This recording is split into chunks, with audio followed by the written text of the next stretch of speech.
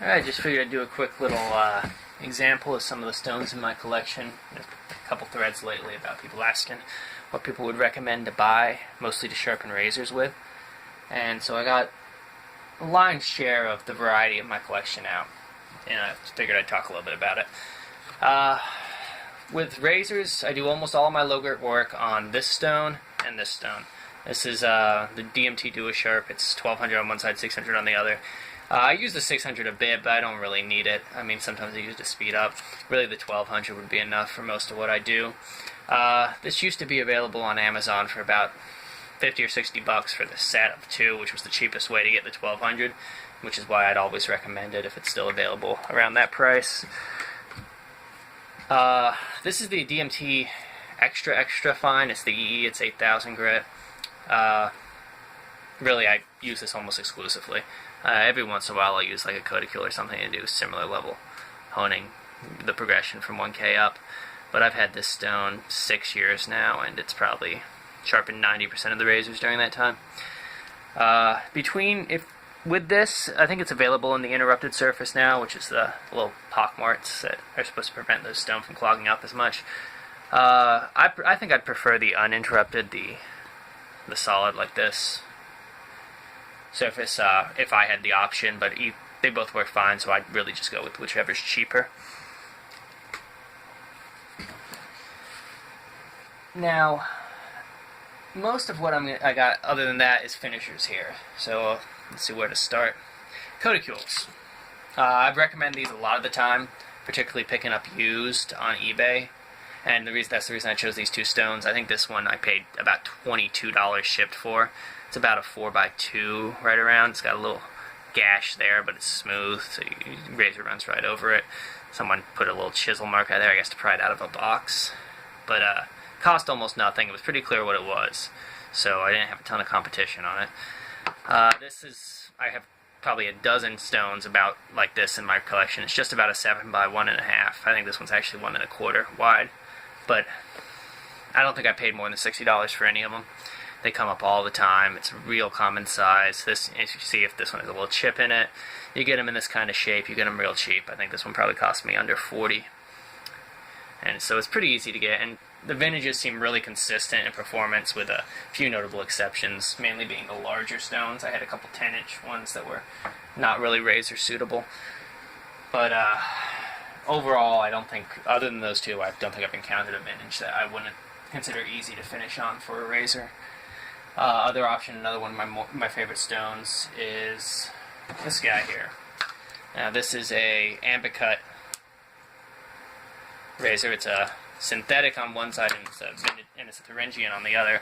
Now these come in a few flavors. They don't all have Thuringians on them, but this is my latest stone that I purchased, so I wanted to show it. It's you see it's a little thin, but it'll still last a lifetime. It's a 6x2, and this was sitting there for $100 buy it now for several months, and I'm sure lots of people were watching it, waiting for the price to go down, but nobody nipped it, so eventually I bought it off the guy just to add it to my collection. Thuringians, they vary a bit. The 7-inch dark blues go for about $150 nowadays, I'd say. But the lighter colors, the light greens and blue greens and yellow greens, go for significantly more. They do tend to be a little easier to use, the lighter colors on average, but I've owned 100 plus Thuringians, and they all finish about the same. There's minor differences, probably favoring the lighter colors slightly.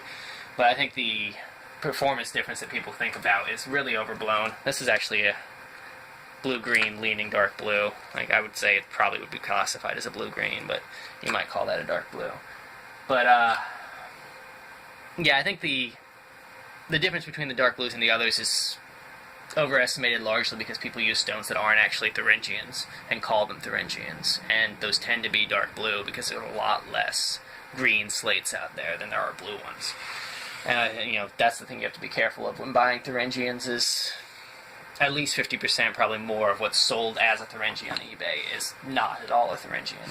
A lot of people either just don't know or are unethical about it, particularly with the Mueller stone, which I don't have an example here. I got rid of mine, but there's a mine somewhat near where Thuringians were mined, owned by a company called Mueller, that continue selling these stones, and they're not really like Thuringians in any way except for looks. And a lot of people will buy them from Mueller for $20 or $30 and resell them as Thuringians for upwards of $100 and make a huge profit that way on eBay. So you have to look out for those. Now this here is a never remember what these are called. We'll come back to this one. Alright. This is my finest example of a Charnley. These vary a ton. Like, you'll get really fast, really, not coarse, but easy to lower grit ones that can work almost like a Washita. And I love those for knives. I actually have a half dozen of those that work amazing for knives. A couple of the smaller ones, this is one of two that I think pretty definitely were used for razors. One actually was labeled as a razor hone. This one is coffin cut, which tends to be used with razors from what I've seen. They're decent hones for razors, not amazing. They were selling for 300 something bucks a few years ago, and it was absurd at that point. Now they're really cheap. They're down to about 50. So if you want to try something other than the standard hones, you can probably get a good edge out of most of them for razors, especially if you stick to the smaller or thinner, narrower cut ones. But again, it's not. I don't think that the edge is that amazing to really look for. They vary a lot, like I said. So maybe there are some great ones out there. That might explain why some people love them so much, but I haven't encountered one yet. Oh, now I remember what these are called. Schwedensteins. This actually comes with a little top. It's got a little slot here to hold a razor. This is how I've found most of the Schwedensteins on eBay. Again, there was one of these. I don't know if it's still available, but it's listed for like 50, 60 bucks shipped. It's sat there for months and months. Not a huge demand for them. Apparently, they're really closely related to Thuringians. I find they don't tend to auto-slurry quite as much as Thuringians. They're not as fast, and I don't get as good of an edge out of them. I would say it's quite a noticeable step down. I mean, it's not unshaveable, but it's borderline shaveable for me. I would say I wouldn't choose to use one of these all the time. And every once in a while, you'll get one that's a little bit finer than average, and they come closer to Thuringians, but in general, I found they're an inferior stone. Speaking of which, we'll go into these BBWs. Some people finish razors on them. Some people claim that they get this exact same edge out of BBW as they get out of Coticules. This is a vintage, I believe, and I think probably had a Coticule on the back. It just came off at some point. I tried. I've got 40 Coticules in my collection right now, and I think they're all backed by BBW. I tried almost, except for the paddle ones. Yeah, I've got a few that are paddles, but so we'll say 25. I tried all the BBWs. I could not get a finish that I liked out of any of them. And, I would take them from a finished razor to the BBW just to see where the BBW maxed out on. And it typically didn't give me anything I would shave off of on a usual basis. The exception being, I don't have it here, David sent me one of the marketed ones, the La Lorraines, and that you can definitely shave off of. I don't think it offers really anything that a Coticule doesn't offer. But, they come up, and sometimes they're cheap, so if you see one, that might be worthwhile picking up, if it's a real one. It's similar to the Thuringians. Everyone who's got a BBW thinks it's a La Lorraine or a La Rouge or whatever the other one is, so you got to be careful about that. This is a Pierre. Italian or French stone, I'm not sure which, but apparently it's you can find them all the time at flea markets on the border, which I'm very jealous of, because I collect these. Tend to have swirls in them, not always. Kind of a yellowish green to green color most of the time. Really, they seem like they get waxy on the edges and get really hard. That's the easiest way to tell them. And they're almost always cut like coffins. This one's not cut like a coffin, which makes it a little unusual. They're basically Thuringians. I mean, they perform almost identically to Thuringians for me, if almost exactly the same edge. Tend to be a little bit harder, but they're still fast, so that's nice. Reason I like them a lot. Those are almost always, you gotta find them by eye. One guy sold off a few and actually identified them for you at the listings, but I think I bought all his stones because I couldn't resist them. François, I've owned 3-4 dozen of these. This is the first one I've had that I actually kept. They vary a ton. Some are complete garbage. The binder breaks down apparently, and some they just turn into trash. Even the ones that don't break down, I found they're mediocre at best. Gamma, I know, does a lot of work. Keith, I think his name. Trying to repair vintage barber hones fix the problems with them, and I don't know. Apparently, he has success with that. I haven't gotten into any of that. But this one I found. It's, in my opinion, the best bronze I've ever had, and it's basically equivalent to a modern synthetic. I mean, that's almost exactly how it works. It's almost exactly what it does. Speaking of that, this is what I've chosen. This as my example for a modern synthetic, even though it's not modern. This is, I think, a vintage Kingstone polisher. You know, they work. They give you a good edge. They're sharp. It's just not as comfortable to shave with, in my opinion, as most of the natural stones are. I like using them mainly for going to some particularly slower stones, or going to Arkansas after. Just use them to fly up to the top end, and then use the natural stone to refinish and back down a little bit. But in general, my synthetics don't get a ton of use. Yellow Lakes, you know, I can only speak for the vintages. I don't do much testing with the modern ones that they're cutting out. Good hones, slower than most slates. I don't shave off of them. I think they're just borderline. You can shave off of them, but it's not anything that I would invest a ton of money into, and I don't think they're a great steal that you need to have if you're trying to be as cheap as possible. Turkey stones, again, a lot of variants. This one is a little tiny cut. Actually bought it from that French vendor who always sells stones with razors.